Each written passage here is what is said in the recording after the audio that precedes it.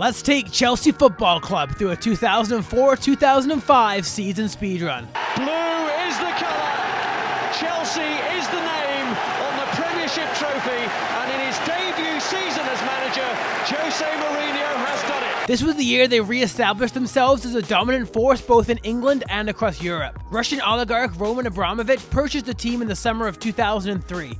In that season, the Blues finished second in the Premier League and reached the semi-finals of the Champions League. They knew that if they were to surpass Arsenal's invincible team, they'd have to revamp the squad with some world-class talent. Starting with the manager, they said goodbye to Claudio Ranieri and brought in the one and only José Morinho. I'm European champion, so I'm not one of the bottle.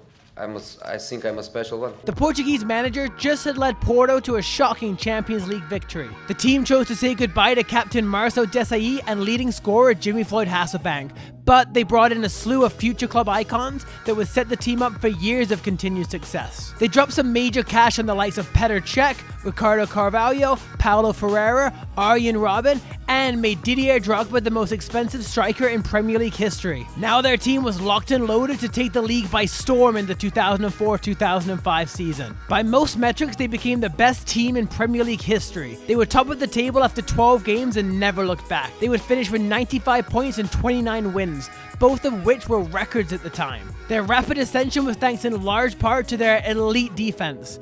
It was the first of John Terry's 13 seasons wearing the captain's armband, and with Cech behind him and the legendary Makelele in front of him, they were practically impenetrable. They kept 25 clean sheets and conceded just 15 goals all season. Both are records that still stand today across all of Europe. The player of the year was Frank Lampard. He started all 38 league games and led the team with 13 goals and the entire league with 18 assists. Icons like Joe Cole, Damien Duff, William Gallas, and Ijiga Johnson all featured prominently in the title-winning campaign. As for domestic trophies, they were surprisingly knocked out of the FA Cup in the 5th round by a Newcastle team that finished just 14th in the Premier League that year. Chelsea did manage to hoist the League Cup that year after beating Liverpool in a thrilling 3-2 win in extra time.